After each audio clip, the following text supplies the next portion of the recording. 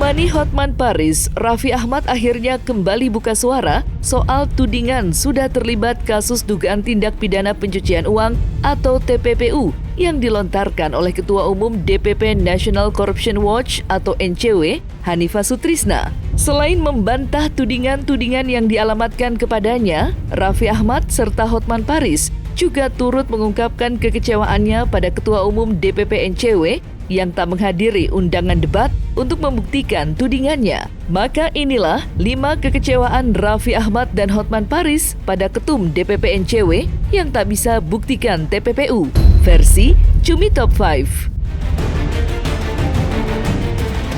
Beberapa waktu lalu, Hotman Paris menantang Ketua Umum DPP National Corruption Watch atau NCW, Hanifah Sutrisna, secara terbuka membawa bukti laporan jika Raffi Ahmad terlibat kasus tindak pidana pencucian uang dengan koruptor. Namun ternyata sosok Hanifah Sutrisna tidak menghadiri undangan tersebut. Sontak, Hanifah Sutrisna pun mengungkapkan alasannya tidak hadir dalam undangan Hotman Paris dan Raffi Ahmad.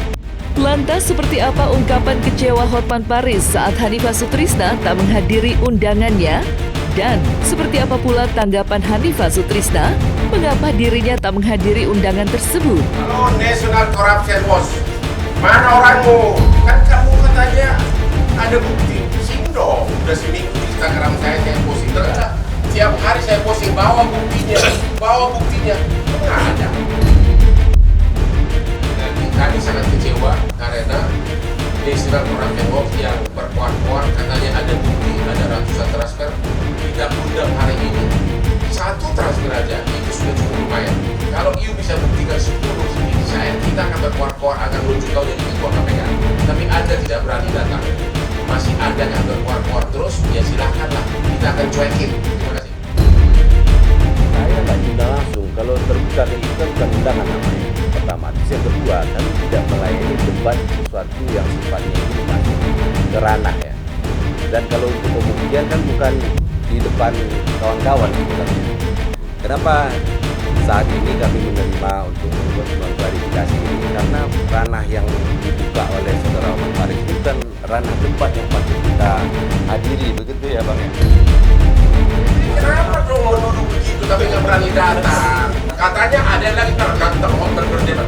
Gimana lu nantang udah 40 tahun jadi sukses jadi pengacara, lu siapa?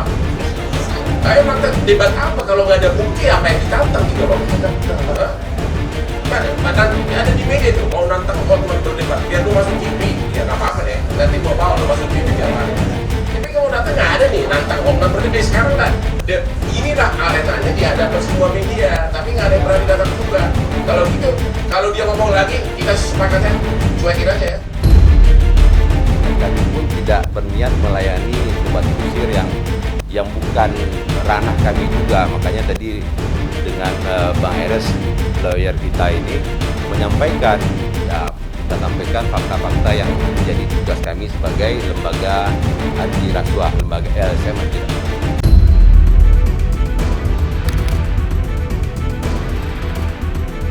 Raffi Ahmad mendapat tudingan memiliki ratusan rekening kantong semar tempat tindak pidana pencucian uang para koruptor. Ya, tudingan itu dilontarkan oleh Ketua Umum DPP NCW Hanifah Sutrisna dalam kanal YouTube National Corruption Watch beberapa waktu lalu. Menanggapi hal itu, Raffi Ahmad pun dengan tegas membantah dan meminta publik agar tidak mempercayai fitnahan tersebut. Selain mengungkapkan kekecewaannya pada Ketua Umum DPP NCW, Raffi Ahmad juga akhirnya secara terbuka mengungkapkan sumber kekayaannya.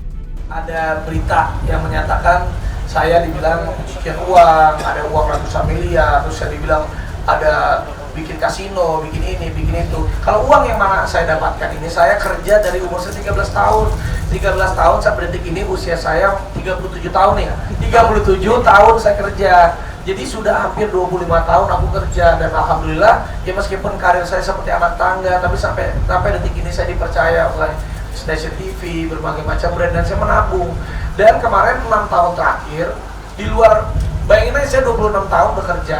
Kalau kita syuting ya 26 tahun bisa dikalkulasikan aja gitu berapa yang saya dapetin, ditambah kemarin saya bangun perusahaan Rans. Dan Rans Entertainment sendiri alhamdulillah sudah berjalan 6 tahun. Sekarang ini udah zamannya ada fundraising lah, ada investment lah. Waktu itu 2 tahun lebih yang lalu kita udah pernah preskon bahwa valuasinya Rans Entertainment waktu itu sudah di angka 2,7 triliun, masuklah investment dari MTech.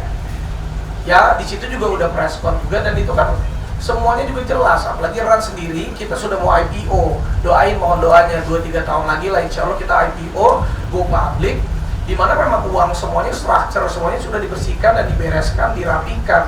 Silakan saja kalau mau dicek ini apapun itu silakan. Kita memang sudah mau menjadi perusahaan yang terbuka, semuanya pun harus terbuka. Lantas, bagaimanakah respon Ketua Umum DPP NCW setelah Raffi Ahmad mengungkap secara gamblang sumber kekayaannya tersebut? Kami secara sekilas mereview apa yang disampaikan oleh saudara Raffi Ahmad ini, bahwa dengan kerja keras dia selama 17 tahun dan kita mengetahui ada beberapa tahun jeda saudara R ini yang tidak beraktivitas karena harus direhabilitasi. Kemudian disampaikan juga tadi bahwa pada saat COVID didirikanlah perusahaan dan akhirnya dalam waktu 3 tahun terakhir ini dia bisa mendapatkan meleverage kekayaan dia hingga nilainya triliunan. Bagi kami di LSM NCW ini, mempelajari tindak tanduk, mempelajari aktivitas keuangan itu kita melihat dari histori. Apa ya secara logika? Dalam waktu 3 tahun orang bisa memiliki kekayaan triliunan.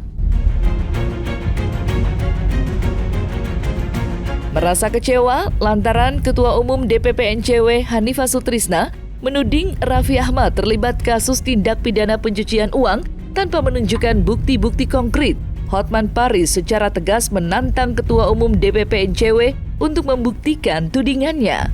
Bahkan Hotman Paris menyebut jika dirinya akan mempromosikan Ketua Umum DPP NCW menjadi Ketua KPK jika berhasil membuktikan tudingannya.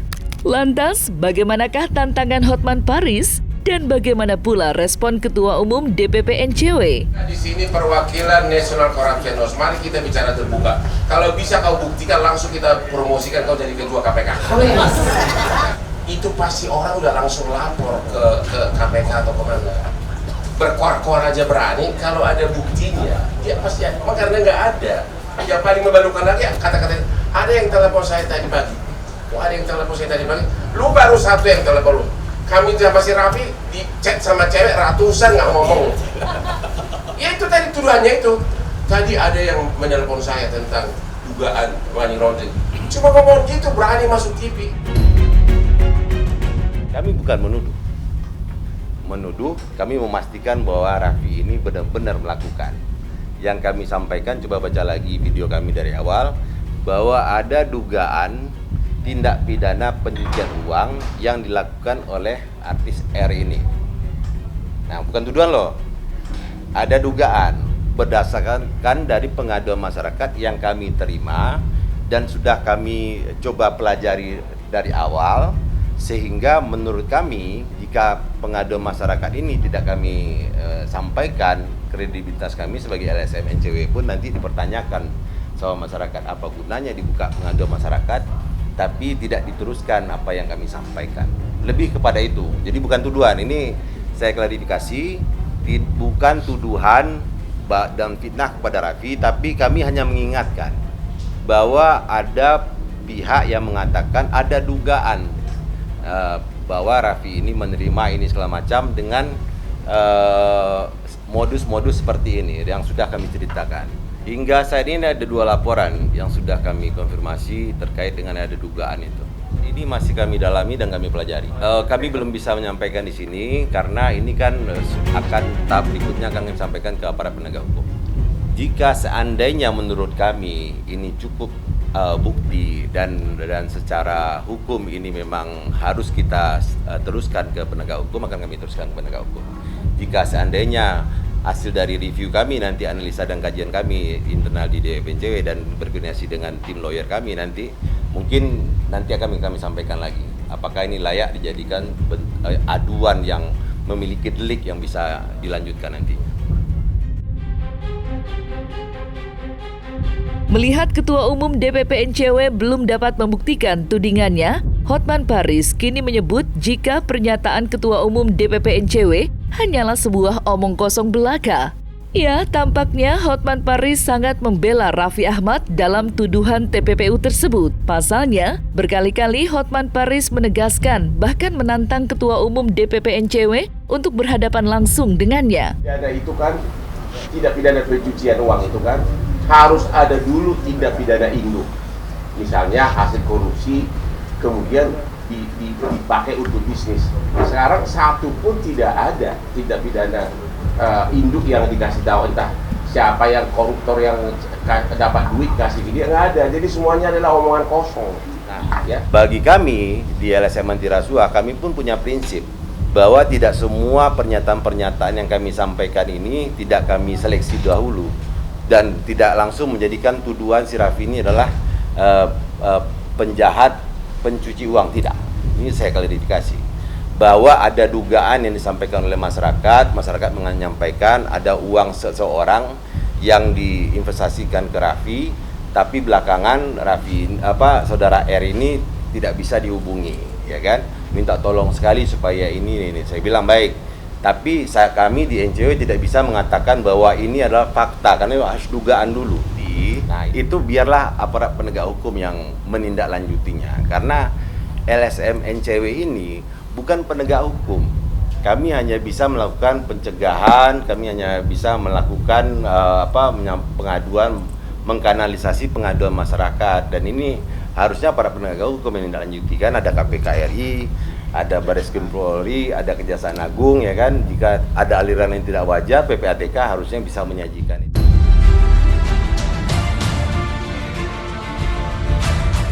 Merasa tidak ada kaitannya dengan indikasi politik seperti yang ditudingkan Ketua Umum DPP NCW Hanifah Sutrisna, Raffi Ahmad akhirnya angkat bicara. Ya, menurut Raffi Ahmad, meski dirinya berada di garda terdepan salah satu paslon pemilu 2024, ia tidak memiliki niat lain selain mendukung paslon pilihannya. Lantas, seperti apa tanggapan Ketua Umum DPP NCW atas pernyataan Raffi Ahmad tersebut? Ini, ayolah politik yang damai aja, atau juga ya saya bukan politisi, saya hanya ada di garda terdepan salah satu paslon. Mas Gibran kan kemarin saya beberapa kali ketemu dan habis debat pun kemarin saya makan sama beliau. Mas Gibran juga bilang udah tenang aja, kalau memang nggak ada apa-apa udah biarin aja, Mas, sabar-sabar aja gitu. Coba kawan-kawan lihat, ada nggak satu ornamen politik di kantor kita? Satu aja, ada nggak? Bahkan kami udah lihat lukisan belum? Semua lukisan capres-cawapres kita lukis. Ada nggak yang sentimen kami? Tidak ada kan? Berarti kami tidak ada pretensi apa-apa. Cuman kami selalu mengatakan bahwa pilihlah pemimpin yang tidak terduga korupsi, kolusi, dan nepotisme. Jika mengarah kepada salah satu paslon, itu silakanlah masyarakat yang menilainya. 1, 2, 3, 4.